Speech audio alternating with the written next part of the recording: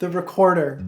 Why is it that the first instrument so many of us learn in grade school is so misunderstood? And considering how readily available and ubiquitous these instruments are, how come more people don't use them in their compositions and arrangements? In this video, I'm going to analyze John Paul Jones's arrangement for recorder choir in Led Zeppelin's Stairway to Heaven, and in the process talk about my own experience arranging for recorders in a new song by singer-songwriter Adam Bellard. Along the way, I'll get some sage guidance from professional recorder player Sarah Jeffery to add some historical perspective and to dispel the myths about this unique and underutilized instrument. This is Score Study with me, Brian Kroc.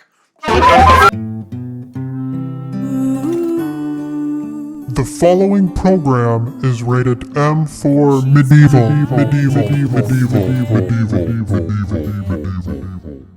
Okay, so here's some background.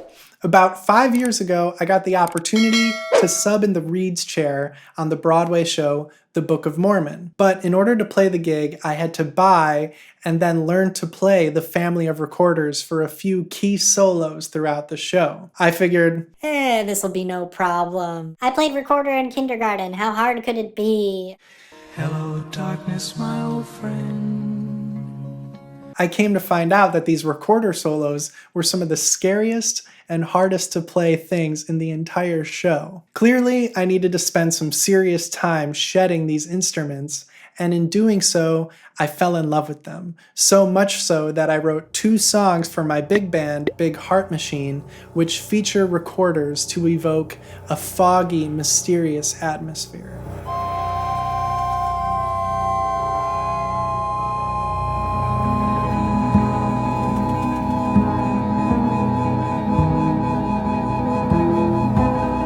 Now, I directly stole this idea from György Ligety's violin concerto, in which the woodwind section puts down their main instruments and starts to play ocarinas. I first heard this music played by the Chicago Symphony Orchestra under the direction of Pierre Boulez, and it left an indelible impression on me. Just as I was inspired by Ligety, my use of recorder choir and Big Heart Machine made a big impression on Adam Bellard, an insanely gifted singer-songwriter and guitar player from Louisiana. Adam was inspired enough to ask me to lay down some recorders on a new song from his upcoming album called Let Me In.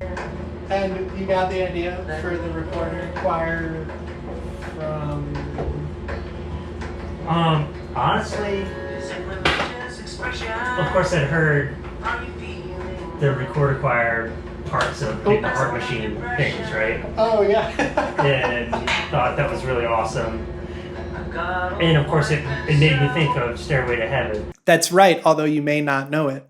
Stairway to Heaven, the apex of 1970s rock, and one of the most popular songs of all time, has recorders in its arrangement. Everyone loves to talk about Jimmy Page's introductory guitar riff and epoch-defining guitar solo in Stairway to Heaven, but I believe the recorder choir is an equally important element in the song's architecture. And they almost weren't even included in the final recording. Bassist John Paul Jones had to fight the rest of the band to get recorders on the track. In my opinion, the song would be so much less successful without them. According to guitarist Jimmy Page, the reason they used recorders is because they were trying to evoke the medieval era in Stairway to Heaven. As far as the instrumentation goes, there are going to be there's recorders to the early part, which gives it sort of slightly medieval feel. And I wanted to know, were they successful? So, to get a better understanding for the historical context around the use of recorders in rock music, I called on none other than Sarah Jeffery. I play a bit of everything, so when I was studying for my masters, I really specialised in contemporary music because, you know, when it's 2 years and it's very intense, so I decided to specialise, and I love contemporary music. But I also play early music, a lot of very early music, medieval, Renaissance, and I play in a rock band. According to Sarah, early music and the recorder itself were having a resurgence in the 1960s and 70s in England. In fact, medieval rock was a popular subgenre, with bands like Gentle Giant and Griffin reaching mainstream success playing music with a medieval tinge. 1971, if I'm right, is when Stairway to Heaven came out, or around this time. The recorder as like a serious contemporary classical musical instrument was around 5-10 years old, because at this point we just started to have professional recorder players, especially in the Netherlands and in Germany, and they were getting composers to write for it. So for the first time again, the recorder was back on the kind of world stage. In the Netherlands you have, for example, this ensemble called Sour Cream that were a recorder trio, and they became very famous. They won Edison's, which is like the Dutch Grammys, with the recorder, and everyone was like, what, recorder? And big name composers like Berio, Luciano Berio, Louis Andriessen were writing for the recorder. So this was big. So that's around this time. So in the context of the recorder, it's exploded back onto the world stage, and people are going like, oh, hey, that's interesting. And in terms of how it's used, the recorder's already at that point being used all the time in education music, but also in folk music. It's a really popular instrument. So actually, I think it's quite likely that an avid musician would have some recorders lying around. And that's exactly the case with John Paul Jones. According to him, he just happened to have recorders lying around and decided to lay them down on Stairway to Heaven. Before joining Led Zeppelin, JPJ, like Jimmy Page, was a very successful studio musician. So he was used to having to make arrangements up on the spot, and he was a versatile multi-instrumentalist. But he's never really gotten his proper due as an arranger. So let's take a closer look at his arrangement. Rated PG, a polyphonic grimoire. In Stairway to Heaven, we first hear a recorder in measure 4, doubling the bass notes of the guitar. And according to Sarah Jeffery, Led Zeppelin is already nailing the vibe of medieval music. They use some things that sound quite medieval, like, you know, at the end of the phrase with this dun-dun-dun. I'm singing in the wrong key. That in a harmony you get this like two recorders moving together. Doo-doo. These first two pitches, G3 and A3, must have been played on a bass recorder because they're out of the range of any other recorder. Then in measure 5, tenor and alto recorders enter, creating a warbling consort of 3 voices. The following 12 measures may seem quite simple, but they point towards John Paul Jones's solid intuition for creating an effective arrangement. For one thing, he has a natural gift for independent part writing. Measures 9 and 10 are a great example of this. Each of the 3 voices has a unique melodic contour. While the alto recorder moves at a quicker pace with eighth notes,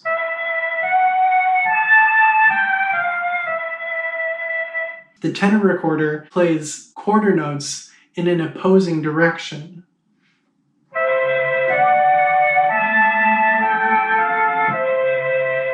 This part.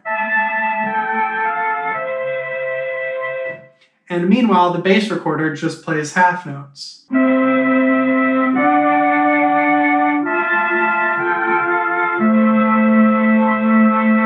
That's really cool writing. As an arranger, JPJ also deserves credit for leaving natural spaces for breaths, like at the end of measures 8 and 12, and on beat 4 of measures 10 and 14. Having the breaths built into the phrases helps keep the cutoffs of each note tight. But as an added bonus, these breathing moments add a human quality to the proceedings, as opposed to if this were recorded on a mellotron, like some reputable internet sources might have you believe. In one sense, the tune is a bit wobbly, and you know, you can tell it's not like a schooled professional player, but he does an incredible job because it's really tight, it's really together. Like the start of every chord is really like, and that's not easy. The beauty of the recorder is that you start a note and then you can change everything. The sound color, it can, as long as you can breathe and blow, it can keep changing. And when you press any kind of flute recorder sample on a keyboard, it doesn't change. In my opinion, Jones's lack of a good recorder technique is actually a bonus. His lack of breath support and slight discrepancies of intonation add an amateurish vulnerability to the recording. The overall macro shape of the first 12 measures is also expertly arranged. From measures 5 to 8, each recorder is playing in a comfortable mid-range, with the melody pitches confined from A5 to E5.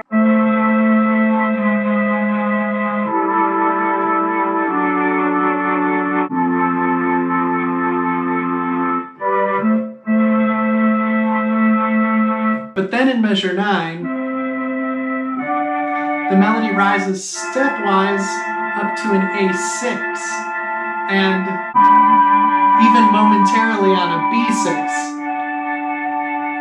Then in measure 14, the melody rises up a minor third to C6, just a step higher than the last phrase.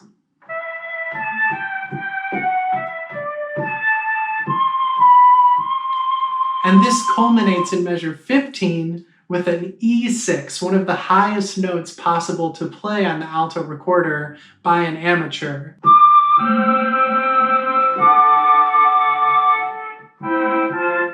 Notice how Jones complements the increased intensity produced by higher pitches with additional rhythmic intensity. Measures 5 through 8 consist mainly of whole notes.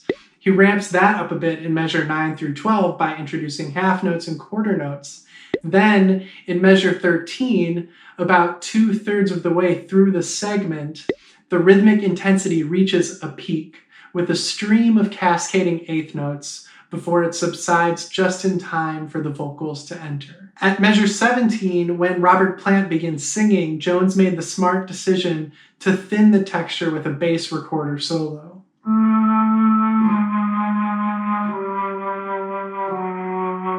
Plant's vocal range is right there in the same range as the recorder's. So this leaves room in the frequency spectrum for his voice to shine and contrasts nicely with the previous measures of recorded choir. Just because you have 3 instruments available doesn't mean you should always use them. Jones exploits solos throughout this intro, as well as a duo between bass and tenor recorders in measure 29, maximizing the potential interest that is possible in this limited instrumentation. Overall, studying Jones's recorder arrangement gave me a newfound respect for his talent as a session musician and arranger. It also gave me plenty of ideas to employ while recording Adam Bellard's song, Let Me In. In the tree by the brook. The following is rated NR because it's new. Alright, this one's a bit of a stretch. You guys get it anyways at this point. God damn it, how do I turn this effect off? Sarah Jeffery explained that when it comes to arranging for recorders in a rock or pop context, it's often best to just dispense with sheet music altogether and simply sing what you're hearing to the performers. Personally, I prefer not to have things written down, or if I do, it's just like an idea. But and then to play around with it and to say, oh, you've written, you want this, but actually this, if we tweak it in this way, this could work even better. It's different than having, a classical score where everything has to be exactly as it is on the page. Well, that's exactly what Adam and I did, with Adam singing lines he was hearing in his head while I tried to pluck them out on the piano and then translate them to the key of what recorders I was playing. Could we do one more pass where you sort of sing to me what you're hearing? Yeah,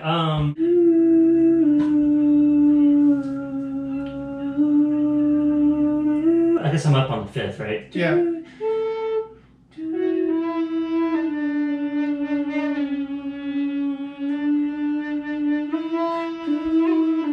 Yeah. We lifted a lot of ideas in our arrangement directly from Stairway to Heaven. For example, in the first verse, we introduced the sound of the recorder with just a solo tenor recorder playing its lowest notes. Don't know why I put my life in your hands. You locked the door and I am begging you to let me in. This subtly prepares the entrance of a trio of recorders before the second verse. When the chorus hits, we employed the full range of recorders in a fleshed-out choir that includes sopranino, soprano, alto, and tenor recorders. I've got a wife and several kids who need me. Don't you have family too? I'm begging you to let me in. These pads serve the function of a keyboard or strings, opening up the frequency spectrum and fleshing out the chord qualities. Alright, the next one of you kids that I have to tell to take the recorder out of your mouth. Please do not play while I'm talking. Put the recorder in your... This is so stupid. In the 1970s, when Led Zeppelin reigned supreme, there were only a handful of professional recorder players in the whole world. Today, things have changed substantially. There are recorder programs in universities and conservatories all over the world, and there are hundreds of professional players. This information may come as a surprise to some of you. In a way, the recorder is plagued by misconceptions because we start kids out on these instruments.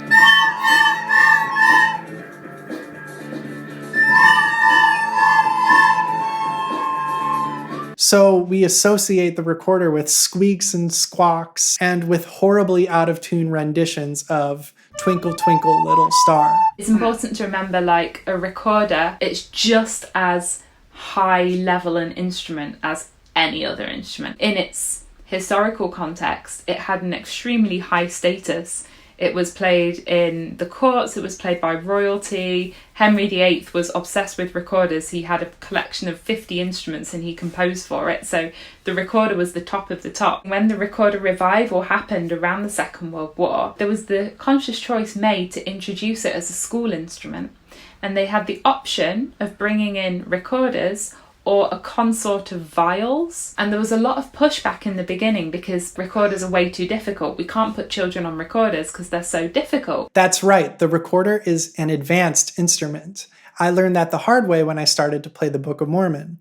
It might be easy to make a sound, but to make a beautiful sound, it's very, very difficult. When you come to realize just how difficult it is to play recorder, it makes the virtuosity of musicians like Michala Petri or Franz Bruggen seem downright beyond belief. Jazz musicians like Benoit Suave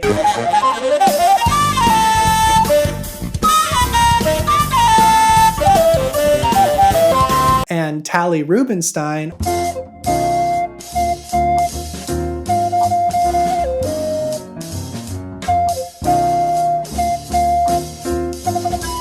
are bringing the recorder into that genre for the first time. So listen, I honestly did not expect the recorders in Stairway to Heaven to blow my mind as much as they did. My hat's off to you, JPJ. Really wonderful arrangement. So I hope you had your mind blown a little bit too. Thanks to Sarah Jeffery, Adam Bellard, and Molly McAdoo for their help on my quest to understand this instrument a little bit better. And thanks to my Patreon supporters for making these videos happen. If you like what you saw, please check the link in the description for exclusive content, including unreleased music, scores, exercises, and more.